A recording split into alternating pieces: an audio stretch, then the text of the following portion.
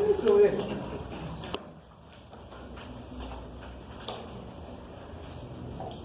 Enfermedades abundantes. Estaba viendo que más o menos eran 137, digo, cada uno un poquito, ¿no? Desgraciadamente es así. El término acá de las enfermedades ahorita, que todavía estamos revisando, 2 días estamos revisando temas diferentes, pero tiene que ver con esto, ¿no? La bendita globalización.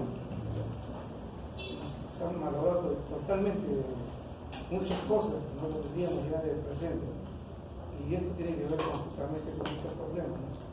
No hay ahorita límites para lo que son las infecciones.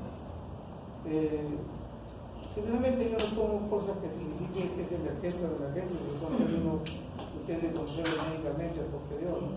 Pero sí mirar, definitivamente hay cosas que hay, en realidad hay cosas que hay que manejarlo. Ya solamente a lo que nos corresponde en términos técnicos. Esto está aumentando, a pesar de que yo en 2010 está aumentando y nadie que parece hacer nada, ¿no? Dentro de la cuestión de salud.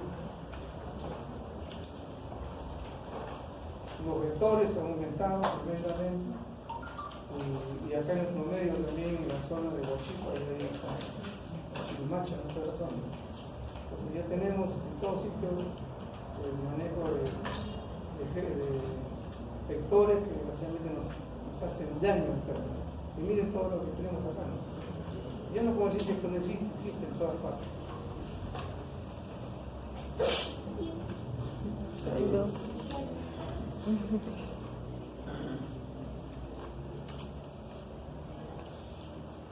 Es lo que a nosotros nos interesa también manejar, ¿no? Recuerden que estas son enfermedades transmitidas por vectores, pero son virus. Y el examen ustedes no lo van a hacer, generalmente son exámenes de molecular. El pedido, ahora lo que está haciendo es tratar de disminuir los días de diagnóstico, ¿no? Y hay síntomas, etcétera. Ustedes ven ahí síntomas, generalmente la serología, ahí estamos hablando de serología. La serología significa ELISA o también serología molecular, es el diagnóstico. Pero vamos a pasar al final para que no se pierda un poco. Entonces, hay técnicas de manejo. Generalmente, recuerden algo, ¿no? El anticuerpo que ustedes van a capturar en términos de diagnóstico es el NEMO. No es el NEMO, es el NEMO. Eso sí tiene que especificarlo ahí. O sea, el término de diagnóstico es pedir una serología por ELISA y IgM. Matando los son largos. Hay hantavirus, también le voy a decir un virus también igual, los ratoncitos que estamos ahí que no nos gusta, y esto también hay actualmente. ¿Qué se le pide acá? Miren, hay 2 cosas. A los roedores se le hace IgG, ELISA o PCR, a los roedores. Pero en el caso del ser humano se le hacen anticuerpos IgM, también al virus. O sea, es serología o se le hace reacción de cadena de la polimerasa. Pues ya tenemos nosotros ahora, pero como un diagnóstico, el asunto viene, podemos colocar a veces algunas cositas ahí de malo, como se dice. Síntomas generalmente fiebre, dolor de cabeza, y eso generalmente es para todos, porque inclusive el chikungunya y todos ellos también tienen, salvo el dengue que a veces puede ser hemorrágico, pero igual, tiene malestar general, hay problemas de dolores abdominales, musculares, etc.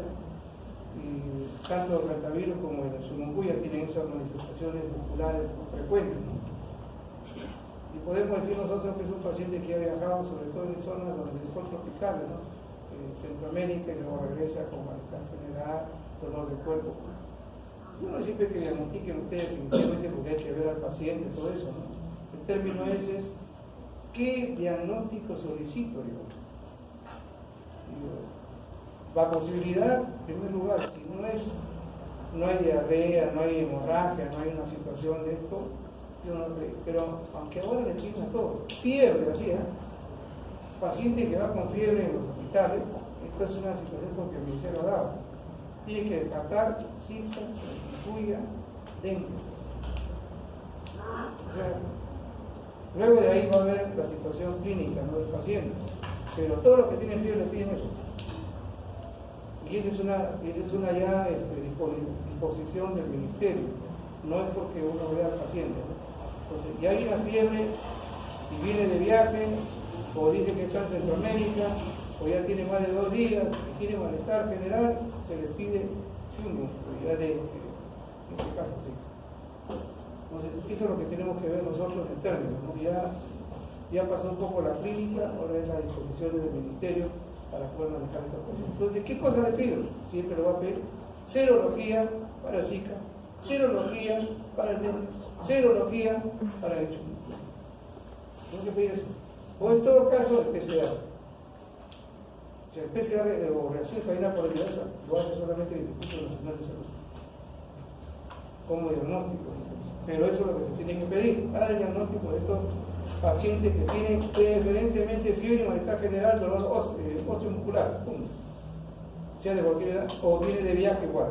Se le tiene que pedir a todos por esa sintomatología única, disposición del ministerio. Lo que sí preocupa es, definitivamente, la brucela es una de las cosas que hay bastante en la zona del Callao, zonas un poquito más donde hay también ganadería, ¿no? Paciente que viene de zona ganadera. Hay muchos bovinos. Ya, más allá no se puede decir. Estoy pensando que ¿cómo hago el diagnóstico de la brucela? Acá sí hay varias cosas. Cultivo, Luis Castañeda, que se le pide, rosa de bengala, que se le pide, y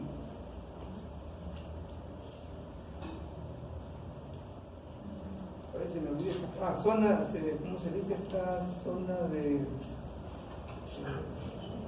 Se le pide todo mercado etanol, que no está ahí, también se le pide eso.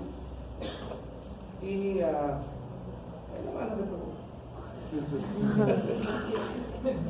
Sí, porque no es muy complicado y ya no lo hacemos tampoco. ¿Qué es lo que se hace más con esto? Si viene un paciente de una zona, ganadera en este caso, zona donde hay bastantes bovinos, en este caso, generalmente la leche, el transporte, todo eso, son personas que se contagian muy frecuentemente porque no hay pasteurización de esto. Entonces, ¿qué se le pide a estos pacientes? Y este es un trabajo que se ha hecho ya hace tiempo, ¿no? Y las solicitudes siempre van a ser primariamente de rosa de bengala. Es una prueba rápida, exámina que se le hace.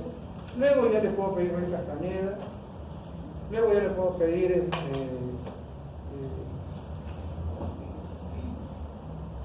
Luis Castañeda, puedo pedirle el tamizaje de aglutinaciones, que también es una de las cosas, con esas aglutinaciones, que algunos que ya lo hemos hecho nosotros en práctica, hemos hecho aglutinaciones en Brucela.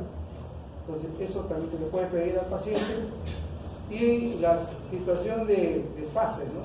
¿Qué significa? Que hay a veces anticuerpos, ¿no?, que hay que diluirlos para poder hacer su...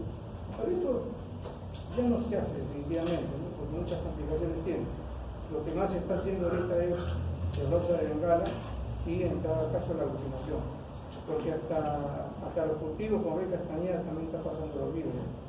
Y ahorita ya hay diagnóstico hasta por sistemas automatizados, ¿no? Es otra cosa, pero para nosotros va a quedar unas aglutinaciones, ¿okay?, que debe ser uno mayor de 1 en 50, por si acaso. Dilución 1 en 50. Dilución 1 en 50 me está dando el diagnóstico de brucela ya, en una reacción de aglutinación. Y la posibilidad de un rosa de bengala, que está arriba. Entonces me da el diagnóstico de una brucelosis. Y este paciente, como le digo, va a venir con malestar, como se menciona un poco, ¿no? Hay vía de ingreso, que la vía oral es lo más frecuente, la vía digestiva, ¿no? Y generalmente es un gran consumidor de lácteos. Punto. ¿Okay? Y luego ustedes saben que acá la brucelosis se da una enfermedad febrícula, que son fiebre ondulante, viene muchas veces de platina, a veces desaparece, puede dar problemas de orquitis, puede dar un sinnúmero de cosas, pero es un consumidor de lácteos frecuente. Creo que con eso es suficiente para nosotros ya tener la visión de los objetos que vamos a pedir. Esto está siendo una desgracia actualmente. Está viéndose mucho esto en el hospital, inclusive hasta en recién nacidos, no vienen de provincia, con problemas de tuberculosis. Hay una definitivamente igual, generalmente vienen de provincias porque realmente el reservorio está en estos animales domésticos salvajes, frente a una puerta de entrada y hay una fase, como se menciona, específica y inmune. Entonces hace también mucho. Y quede bien, ¿dónde van a encontrarse leptospira? En sangre, en líquido cefalorraquídeo y igualmente. Realmente se detecta esto hasta con el motivo. La investigación en laboratorio se va a hacer. Acá, salvo que sea como se dice, este tipo de bacteria, ¿no? Pero cuando es cultivo, pero también se puede hacer actualmente, le hacen la serología ELISA para leptospira. ¿Okay? ¿Y qué se pide? IgM. ¿Okay? Generalmente son, como le digo, pacientes que vienen de sitios alejados, de sitios donde hay bastantes animales de tipo salvaje, domésticos, solamente son las zonas, aunque ya ahorita en Lima también hay zonas donde hay de todo, ¿no? Desgraciadamente. Pero esto de acá es que podemos encontrarlo y ahí podemos decir, ¿no? ¿En qué líquido biológico puede ser el diagnóstico de ustedes de una leptospira? Y ahí tenemos nosotros, el glicocephaloraquídeo, en orina, en sangre. ¿Okay? ¿Y cómo hago yo el diagnóstico entonces ya definitivo de este germen que puedo encontrar en orina, en región, pidiendo una ELISA IgM para leptospira? Y este es el cuadrito que yo les mencionaba. Entonces yo tengo los virus. ¿Por qué no decir vas a hacer hantavirus, IgM, con PCR? Pero definitivamente no se hace, no se pide así.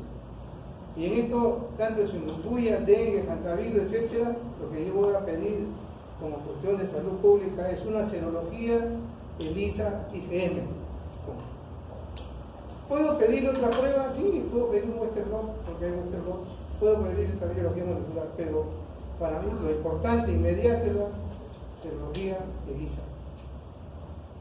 Si yo tengo, en este caso que no tocó la tuberculosis, que a pesar que es más que emergente y reemergente, lo tenemos todos los días, saben ustedes que la tuberculosis, sí lo tenemos que hacer directo, la cistoscopía directa, podemos hacer cultivo de punto, podemos hacer cultivo pleural, podemos hacer cultivo psíquico, podemos hacer cultivo de orina, podemos hacer cultivo de los ganglios, pero ahora también hay una cosa novedosa, se hace por biología molecular 45 minutos con resistente. Eso es lo que está viendo actualmente, ¿no? Porque generalmente los cultivos de tuberculosis demoraban de 45 a 60 días. Ahora 45 minutos directamente. Otra de los virus que ya ustedes lo conocen, que tampoco lo he marcado ahí, que es el HIV, también serología ELISA. El rotavirus, que también es una de las frecuentes que se da por diarrea, generalmente son temporales, serología en heces. Serología en heces. Se hace pruebas de serología en heces. La brucela, ya les he dicho, aglutinaciones principalmente, y rosa bengala. La otra era fenómeno de Sola, no me acordaba el nombre. Pues ya no se hace eso hace muchos años. Pero aglutinaciones en brucela, 1 en 50. 1 sobre 50. Si no hay esa 1 sobre 50, no hay brucela. Esa es la primera ilusión que nos dice a nosotros que es positivo. Ojo. Y el rosa de bengala, que es una prueba directa, inmediata, que se le puede hacer al paciente. Y ya hemos visto nosotros la leptospira, que también líquido cefalorraquídeo, sangre, orina, y hago la solicitud también de ELISA. Puedo ver al bicho pero yo pido ELISA para poder detectarlo. El líquido cefalorraquídeo es un poco difícil, pero Obviamente es un problema también bastante. ¿De dónde viene? Niño que viene de la zona de la selva donde su mamá cría animales diversos y hay, no está pensando ya que sea ese tipo de cosas, ¿no? O ese tipo de manifestación. Y ustedes ya conocen la malaria. Ahorita malaria es gota gruesa directamente, pero hay también serología lisa para malaria. Entonces ese cuadrito que ustedes sí deben de, como le digo, tenerlo ahí a la mano, ¿no? Que es lo más importante, porque usted tiene que solicitar ese tipo de cosas.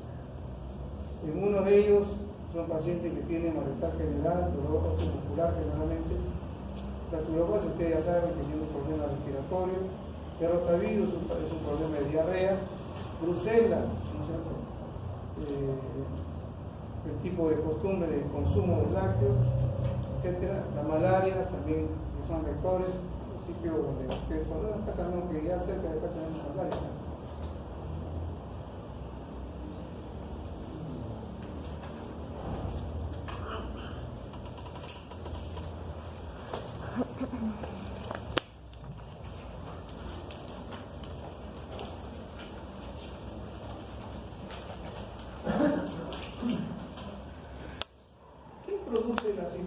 En este caso, esa reacción inmunológica. Acá generalmente, acá si no tiene prioridad, el responsable de esta producción netamente tiene que ver con los linfocitos, y principalmente la célula. O sea, ese es prácticamente el diagnóstico de todo lo que es la paraproteína. O sea, la alteración se puede decir en términos tanto tumoral o exuberancia en médula de la célula plasmática, porque es la que produce las inmunoglobulinas.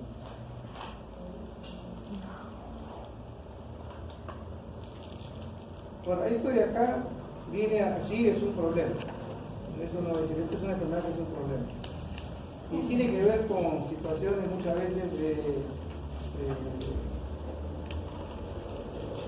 ¿cómo diría? ¿No? Antecedentes propios, ¿no? O sea, paciente que viene con malestar general y se le quiere hacer un despistaje porque tiene problemas de calcio, fósforo y se está con los problemas paratiroides y le encuentra pues unos puros monoclonales en términos de inmunoglobulina.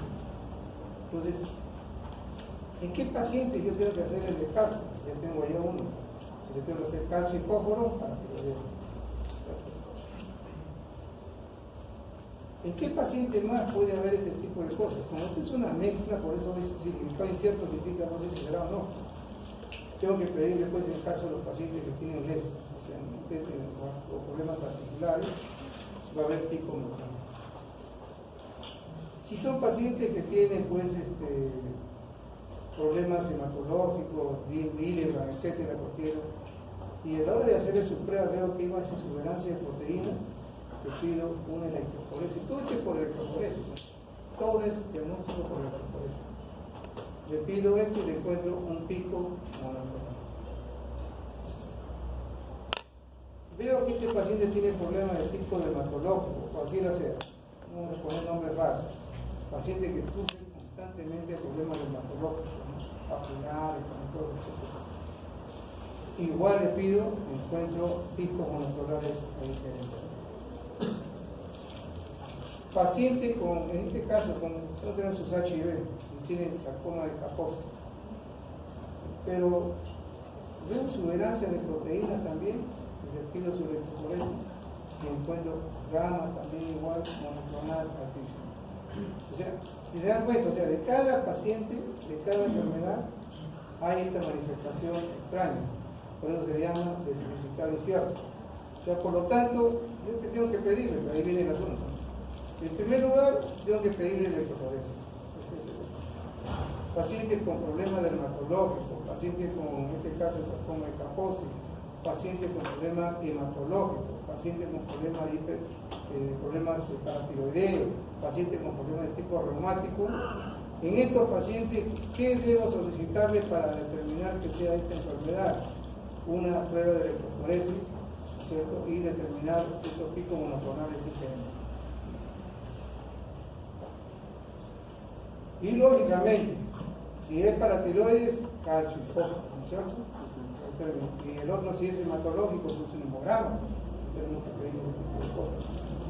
Y el hematológico, vamos a ver también ahí pruebas de tipo articular, ¿no es cierto? Porque hay que determinar que o pruebas de tipo renal, etc. Ustedes se dan cuenta, todo eso es un número de complicaciones, pero que hay que ver todo esto, porque desgraciadamente la jugada de este tipo de manifestaciones, que por eso que es una situación así, ¿no? Le voy a leer, le voy a esto, me viene un cáncer, etc.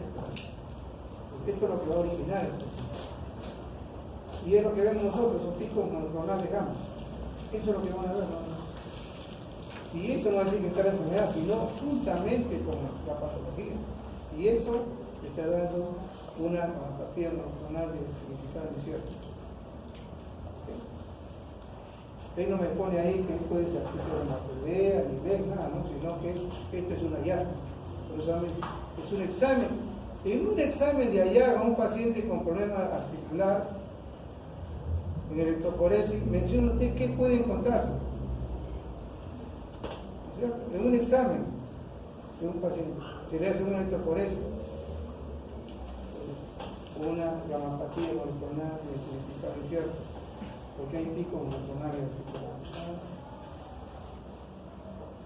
Ahora, que me digan ustedes cómo tratarlo es otra cosa, ¿no? Y ahí mencionan, ¿cierto? Electroforesis y las pruebas basales, porque es lógico. Si hay problemas de tipo orgánico, hay que hacerle siempre su basal, eso no es bueno. Pero ya para nuestro diagnóstico es tipificar a estos pacientes hematológicos, dermatológicos, problemas articulares, problemas de paratiroides, etc. y hacer su término de. Entonces, acá el diagnóstico de todas las enfermedades lo hacen a través de la electroforesis o proteinograma proelectroforético también le dicen.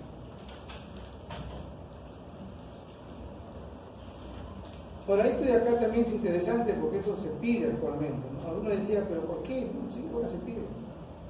Esto sí, paciente que viene con un problema de vasculitis. Eso está, el médico lo ve, hay alteraciones, lo vemos nosotros, hay puntiformes, hay reacción inflamatoria, hay vasculitis sistémica. ¿Cierto? Él quiere ver porque supuestamente está mediado a situaciones de complejo inmune. Entonces se le pide, así se le pide, ¿no? Crioglutininas, y se le pide a banco es el que hace el tipo de. Y dentro de esas manifestaciones se halla pues de que el paciente ha sufrido de hepatitis C. Y esta es una parte. O sea, no se sabe por qué, pero es una situación que también se maneja, ¿no? Con hepatitis C. ¿Sí? El paciente que viene con antecedentes y vasculitis, paciente que viene con antecedentes de hepatitis C y vasculitis, quieren guiar el diagnóstico. ¿Qué solicitaría usted?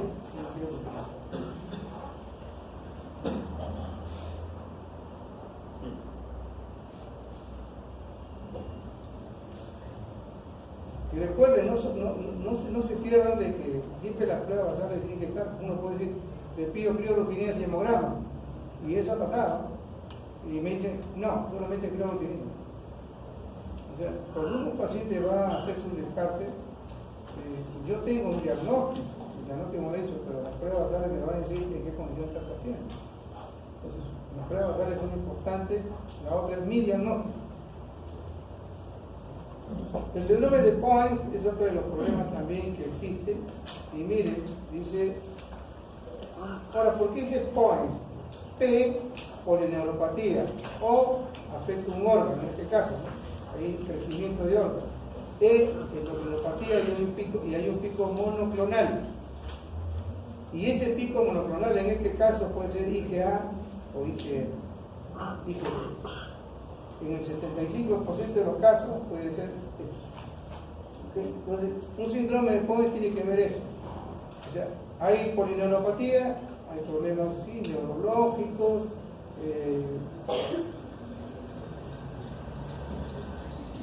y generalmente cuando hablamos de neuropatía hay problemas definitivamente neurológicos periféricos, centrales, etcétera, pero hay una polineuropatía. Órgano, podemos tocar en este caso el hígado, puede tocar el hepático, puede tocar cualquier clínico, endocrinol, vemos nosotros todas las patologías endocrinas, ¿no es cierto? Tanto pancreático, suprarrenal, tiroideo, etc. O sea, ¿no? Paciente que tiene manifestaciones de polineuropatía, malestar, generalmente vamos a decir distal, en las piernas hay bastante enrojecimiento, hinchazón, dolor, quemante, etcétera, se queja mucho de esto. Y he visto que hay una ligera dolor también en uno de los costados, el derecho, crece un poco el hígado y se siente malestar general, parece que hay algo, su glucosa no está muy bien, qué sé yo, tantas cosas podemos mencionarlo, ¿no? Porque es una variedad de cosas que hay. Y el médico le solicita, en este caso igual, una electroforesis o proteinograma y encuentra este tipo de cosas.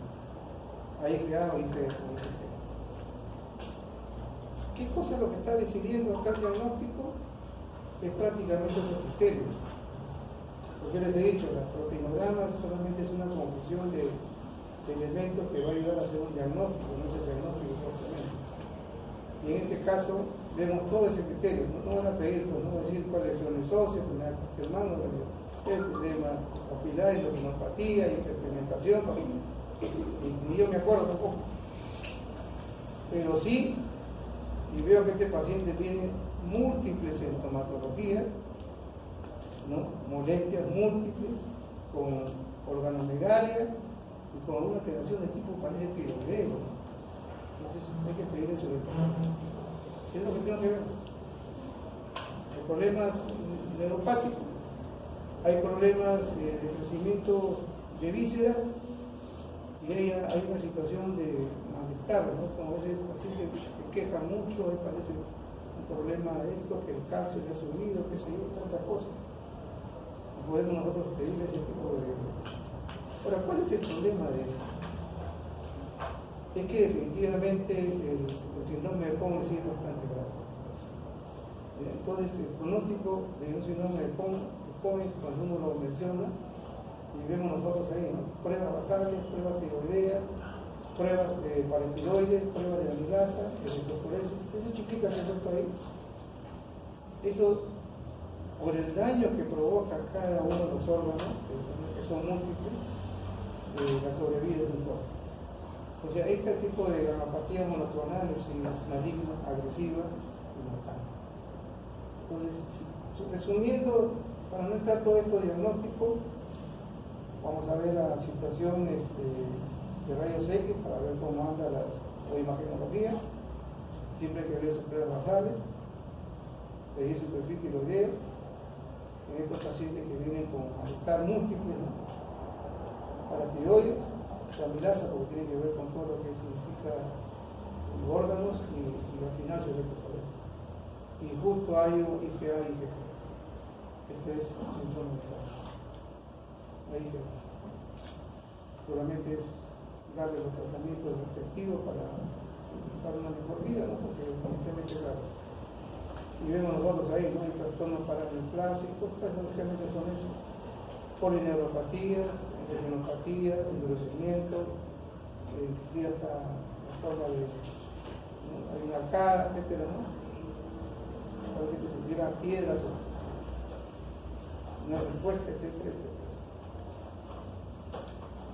Bueno, ¿qué hay con esta enfermedad? Usted ya la conoce más que yo, he repetido muchas vueltas. ¿Cómo voy ahí? Generalmente son problemas de tipo óseo. Malestar general, puede haber problemas de orina, situaciones renales, etcétera. Hay muchas cosas. Anemia, problemas o sea, hay muchas de las cosas como manifiestan. Generalmente hay un tipo de edad, ¿no? Un tipo de edad. Hay una historia familiar que puede también ser parte de eso. Y como toda enfermedad, desgraciadamente inmunológica, acá lo que sucede es que hay múltiples cosas, ¿no? Hay una multifactorialidad, problemas ambientales, problemas tóxicos, etc. Pero acá netamente mayormente viene por dolor óseo, paciente que viene por dolor óseo.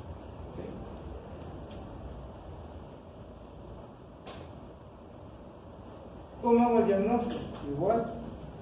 Hay dos formas que hago el diagnóstico. Primero tiene que ver también que, recuerden ustedes, riñón del mieloma, ¿no es cierto? Hay que ver su problema general de las basales, su hemograma, todas estas cosas, y sobre todo verificar si es que hay pérdida proteica, si hay lesión renal, si hay una falla renal, etcétera, porque esto es lo que lo va a descompensar al paciente. Y le hago sonografía, encuentro, inclusive en esta estructura del cráneo, podemos encontrar nosotros este desacabocado, generalmente es así, pero viene generalmente pacientes de edad por dolor óseo, costal o cualquier otro lugar del cuerpo. Y hay que valorar en este caso su orina. Luego en el electroforesis podemos encontrar nosotros todas las formas igual, como ustedes ven ahí, y como nosotros. Historia clínica, hematología, velocidad, proteína C reactiva, hacerle toda la química, control esérico, deshidrogenasa, proteína. Pero ¿qué me va a ayudar a nosotros a ver la cuestión renal también? La B, que hemos mencionado una vez. Eso nos da. Y la otra es la presencia también de estos delitos de células plasmáticas. Y eso podemos verlo nosotros también tanto en médula como también lo vemos nosotros en sangre periférica. ¿Okay? Entonces, en estos casos de los pacientes que vienen por dolor óseo, hay manifestaciones de alteraciones líticas definitivamente óseas, que hay problemas renales evidentes, ¿no? Y vemos nosotros, tanto en médula como también en sangre periférica, la presencia de células plasmáticas. Aparte que hablamos sobre electroforesis, me den un diagnóstico.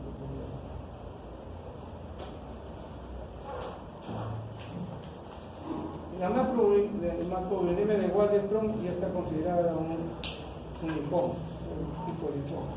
Así que eso, en lugar de esto copa definitivamente la médula, pero ya esto se habla como si fuera tumor, no hablándose como una hinchazón, como el caso del mieloma. Acá, por ejemplo, igualmente en una mamografía monoclonal tipo IgM elevada, desconocida, la presencia es también igual que el otro en la edad, ese 2% y medio, hay una infiltración bastante marcada de la médula ósea de estos elementos. Igual que el otro. Acá lo que mayormente van a ver es un paciente que viene desorientado, a veces un poco letárgico, tiene problemas de volemia, visión borrosa, confusión. ¿Por qué? Por la hipervelocidad que no es así. Entonces, viene un paciente a la emergencia con problemas de debilidad, fatiga, ¿no es cierto? Confusión, o sea, confuso, ¿no es así? Debo pensar por todas esas situaciones es que tiene que tener algo neurológico o algo que esté en su propia salud. Si yo le hiciera un examen de proteína, voy a encontrar proteínas elevadas, etc.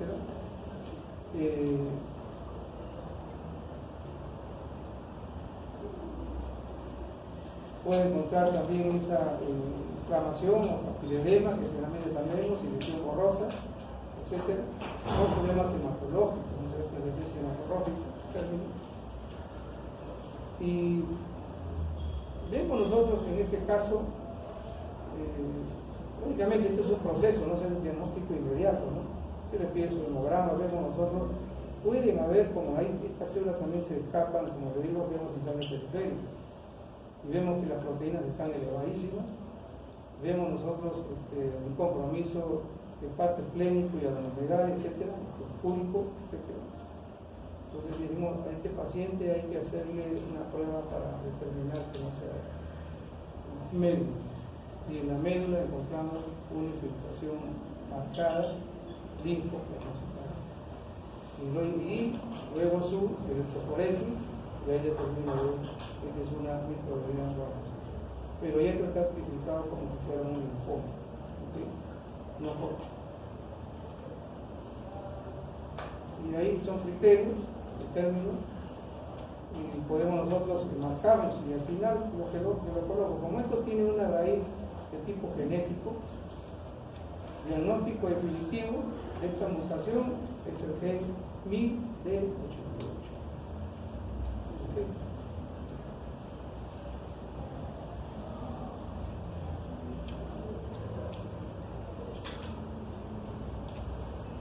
Porque al comienzo puedo confundirme hasta con el mieloma, ¿no?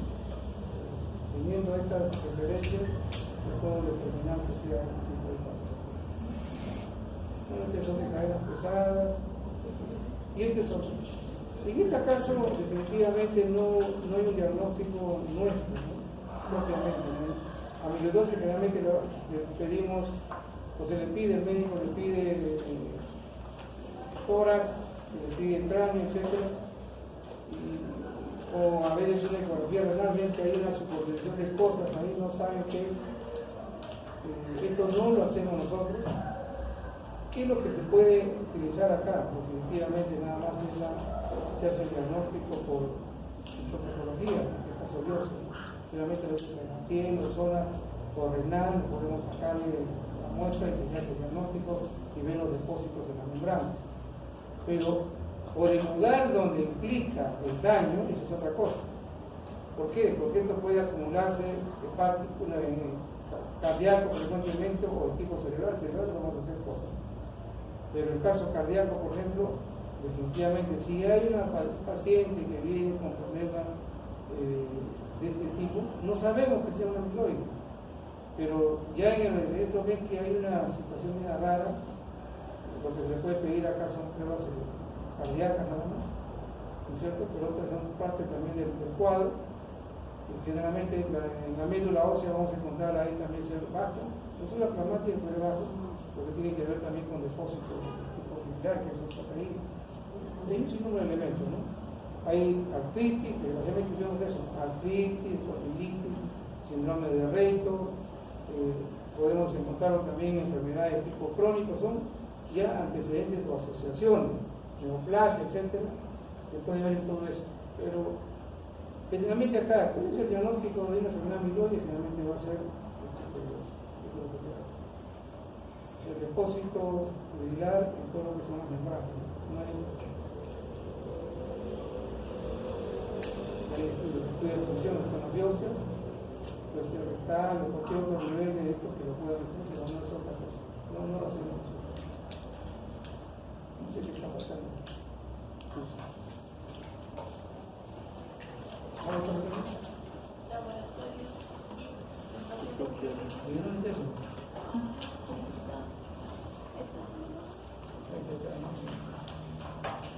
Acá hay una cosa interesante, y esto vamos a ver, por ejemplo, ¿no? Hay dos cosas. Si es un paciente que entra a la sala por emergencia o entra en situación programada, vamos a ver un programado. Y si vamos a ver un programado, un paciente que entra programado tiene condiciones. Ojo, ahí sí es así. Yo tengo una programación de un paciente que le voy a hacer una colecistectomía, ¿no es cierto? El que va a colocar las condiciones del procedimiento quirúrgico es el anestesiólogo, no es el médico, es el anestesiólogo, no es el cirujano, pero sí 10 de hemoglobina, condiciones, hermano. Que no tenga los parámetros alterados en el hematológico, los leucocitos, menos de 5.000 ni mayor de 10.000. Que no tenga menos de 50.000 plaquetas. Condición. Y que las pruebas de coagulación están dentro de los límites referenciales. Ahí tenemos nosotros, sobre todo, la protrombina y la tromboplastina. Deben estar dentro de los límites. Si no, no hay operación. Estamos hablando de operaciones programadas. ¿Okay? Si es un paciente que aparte de eso tenemos que programarlo y necesita sangre, ya les he dicho, hay que mirar qué sangre va a utilizar. Eso lo han dicho ustedes ya creo en la práctica, en el laboratorio, ya saben qué sangre puede utilizar con esos pacientes, ¿cierto? No debe haber infección urinaria para esos pacientes programados. Si hay infección urinaria, todo se detiene. Pacientes programados. Si es un paciente diabético, se le controla, debe tener menos de 200 miligramos de glucosa en su sangre para estar amenazado. por los compromisos posteriores que pueden tener. La urea y creatinina también debe estabilizarse dentro de lo más posiblemente normal, porque por la anestesia a lo que son sometidos va a haber una disfunción renal. Entonces ahí puede haber algún compromiso. Igual este de acá, tiempo de coagulación sangría, porque eso me está hablando de la coagulación de la sangre, tiene que ver. Esas son condiciones. Estas son condiciones posteriores, ¿no? Que no tienen nada que ver. Entonces, la primera condición que tienen que tener es en un paciente programado que elementos importantes para que pueda ser autorizado a entrar a la sala. ¿No es cierto? ¿Qué pruebas deben estar dentro de los parámetros para que entre a sala? Hemoglobina, cito, plaquetas, pruebas de coagulación, tener sus grupos sanguíneos si fuera posible y un examen de orina con la glucosa dentro de los parámetros correspondientes. Entonces esa sería la primera condición de término para poder manejar nosotros a cualquier tipo de paciente. Si fuera y completando esto, son los pacientes programados. Esto será lo programado: serología, HIV, hepatitis B. Pero las condiciones para operar, ustedes ya saben cuáles son: la hemoglobina, plaquetas, glucosa, sobre todo en estos pacientes. Esas son las condiciones para aplicar un proceso quirúrgico programado. Para emergencia, prácticamente se oye todo. Estoy hablando de programado.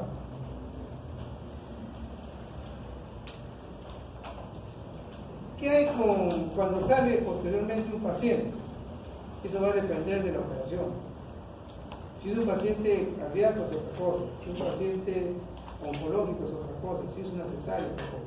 Pero generalmente, ¿qué es lo que hace el médico? Así en términos generales, siempre le pide su examen de hemograma y su orina.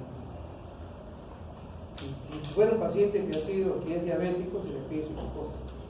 Solamente le pide su hemograma y su orina, lo que le interesa. Funciona su riñón y no hay ninguna complicación de tipo infeccioso. Eso es lo que piden el doctor. Estamos hablando de pacientes que no tienen mayor problema. ¿Okay? ¿Qué hay con un paciente? Entonces miramos acá un paciente oncológico. Vamos a poner un paciente oncológico, lo van a operar a ver, de un SIA de estómago. Se le hace todas las pruebas basales porque tampoco es un paciente que entra a emergencia, ¿no? Es un paciente programado. Ahí, de cajón, sin pedirle nada, usted tiene que solicitarle, ¿qué cosa? Marcadores. De un paciente que va a entrar a hacer una extirpación de mitad del estómago, ¿qué hay que pedirle aparte de la prueba basal? Lo que se hizo, ¿cómo se olvida? Sangre. O sea, tiene que solicitarle las unidades de sangre respectivas, eso es lo que tiene que solicitar. Es un paciente oncológico, estamos especificando ya, paciente oncológico, etc. Y recuerden, el oncólogo generalmente cuando ve una tumoración, pensando, porque este es un proceso a un paciente, ¿qué lo hace? Puede llevarlo previamente a una quimioterapia. Y en la quimioterapia va a tener dos problemas serios, ¿no es cierto? El problema hematológico con la citopenia, o puede haber un compromiso también de tipo renal. Entonces esto lo tiene que valorar. Entonces, previo hay que hacer una valoración de estos pacientes repetidos, inclusive hasta antes de entrar a la sala, cómo anda su recuento de plaquetas. Entonces, en un paciente programado para una cirugía oncológica, por ello estamos colocando que sea gástrica, hay que tener en consideración. ¿Se le hace toda su prueba basal? Sí. La condición grande es las unidades de sangre. Segundo es el control hasta inmediato también de su recuento de plaquetas.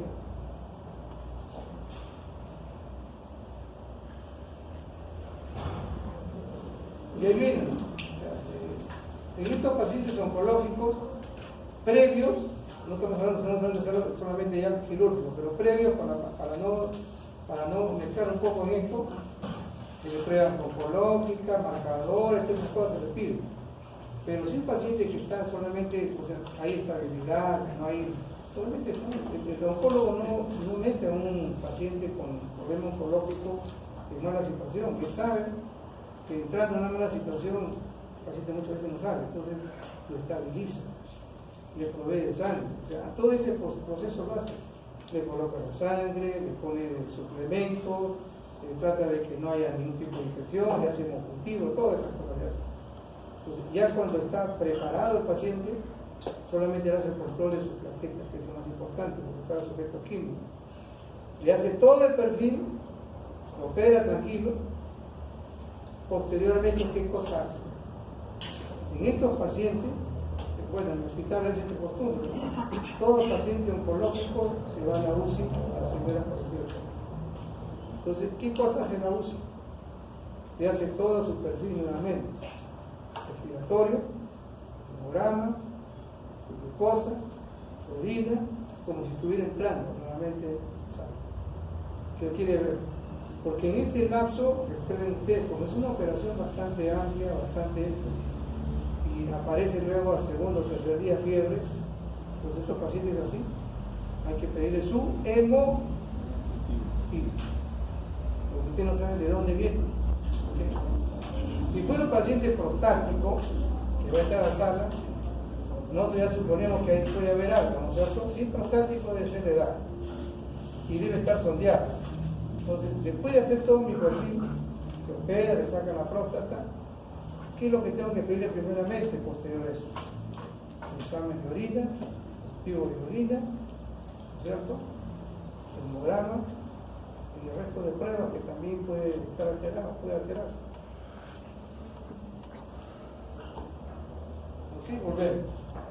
Paciente oncológico, vamos a quedar ahí porque si no nos mareamos. Paciente oncológico. Posterior a la salida, ya hago todo su perfil, siempre hay que controlar las plaquetas, es lo primario, y su examen. Sale de esas operaciones, yo sí tengo que hacer mis controles de esos pacientes, su hemograma de cajón, su examen de orina, y esperar esas 24 o 48 horas que no parezca algo complicado, que realmente es la fiebre, le pido su hemocultivo. Hasta hallar el sitio donde hay. ¿No es cierto? Porque inclusive hasta de la misma zona de operación es donde aparece el problema. Pero eso es lo que tenemos que hacer en términos muy prácticos e inmediatamente. ¿Qué hay con un paciente politraumatizado? Esa es otra cosa. Un paciente que viene de un accidente automovilístico ha sufrido multipolitraumatismo, ¿no es cierto? Entonces hay problemas generalmente muscular, orgánico. ¿Cuál es el primer requisito? Estos no son pacientes ya programados, ¿no? Pacientes politraumatizados son pacientes que netamente entran a shock, ¿no es cierto? Están a shock y luego entran a sala. ¿Qué tengo que vigilar primeramente ahí? Volumen. Respiratorio, volumen. Respiratorio, volumen. ¿Sí? Sin desmerecer las otras áreas, porque hay que sujetarle sobre con colladí, que no haya traumas craneales, etc. Ver si hay problemas de tipo, te das cuenta, es múltiple, torácico, abdomen, etc.